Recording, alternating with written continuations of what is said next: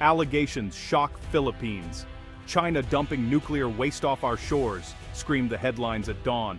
Manila woke up to sirens, chattering radios, and the blaring of news from every corner store. Children hurried to school with worried parents, their faces pale with concern. In coastal villages, fishermen gathered at docks, whispering in disbelief. Was their sea poisoned overnight? Rumors traveled faster than the wind.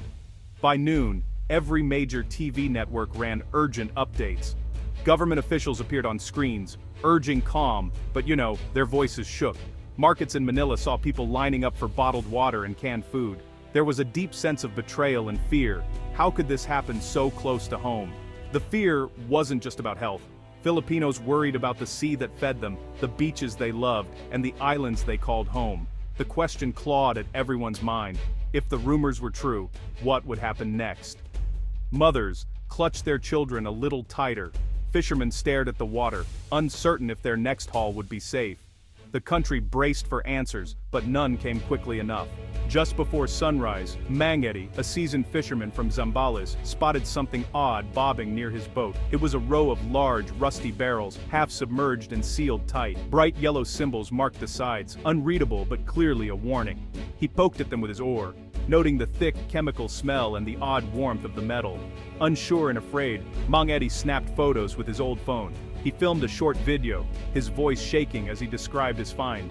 Hindi ko alam kung ano ito, pero hindi maganda amoy, parang galing sa pabrika. I don't know what this is, but it smells bad, like it's from a factory. He shared the images with his nephew, who posted them online before sunrise.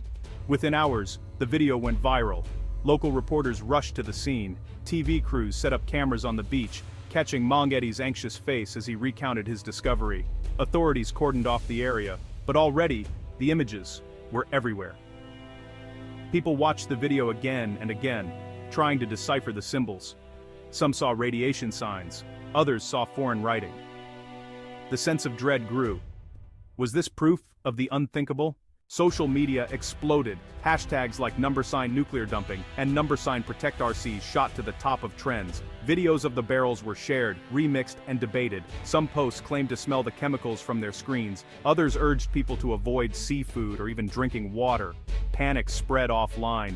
In supermarkets, families bought cases of water and sacks of rice. Fishermen refused to go out to sea, fearing for their safety. Students skipped school as parents worried about contamination in water and food. In coastal towns, protests erupted with people demanding answers and action. Rumors grew wilder with every share. Some said people were getting sick, others claimed to see dead fish or glowing water.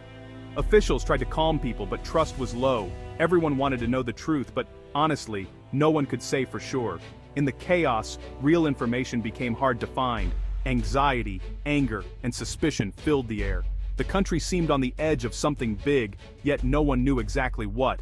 The West Philippine Sea is more than water to Filipinos. It is the source of daily meals, fish, shrimp, crabs, and more. Coastal villages depend on it for their livelihood, passing down fishing skills through generations. The sea supports thousands of families, from small vendors to large shipping companies.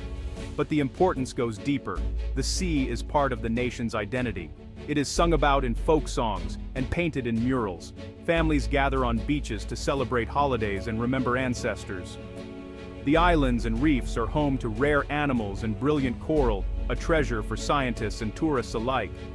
Losing the sea to contamination would not just hurt wallets, it would wound the Filipino heart. People fear losing a part of themselves, their history, and their future. That is why the news of nuclear waste is so terrifying. It is an attack not just on their health, but on their way of life. Nuclear waste is the leftover material from making nuclear energy or weapons. It is made up of radioactive chemicals that stay dangerous for thousands of years. Even small leaks can harm water, animals, and people. It can cause cancers, birth defects, and damage to the environment. There have been accidents before. In 1986, the Chernobyl disaster spread radioactive dust across Europe. In 2011, Japan's Fukushima power plant released radiation into the Pacific Ocean. Both times lives were lost, and land was left unsafe for decades. The world learned that nuclear waste needs careful handling, far away from people and nature. That is why the idea of dumping such waste in the West Philippine Sea is so horrifying. The risks are not just for today, but for generations. If true, the effects would be hard to reverse. But rumors can be dangerous too. Only clear facts and science can tell what really happened. In times of crisis, fear can be as toxic as any waste. When facts are unclear, rumors fill the gap. People stop trusting their food, their water, even each other. Panic spreads, and decisions are made in haste. Sometimes the damage from fear can outlast the thing that started it. In the past, false alarms about contamination have led to economic losses and mental health problems. Fishermen cannot sell their catch, tourists stay away, children lie awake at night, worrying about invisible dangers. Communities turn against each other, blaming outsiders or neighbors. It is important to remember that allegations are not proof. Even experts can be fooled by fakes or mistakes. That is why the search for truth must be careful, honest, and thorough. The greatest danger is to let panic win before science has spoken. Fear can poison a nation, even when the water is clean. When rumors of nuclear dumping surface, scientists move quickly. They collect water and soil samples from near the barrels. They use special tools to measure radiation, looking for signs of nuclear materials. Some tests can give results in hours, while others take days.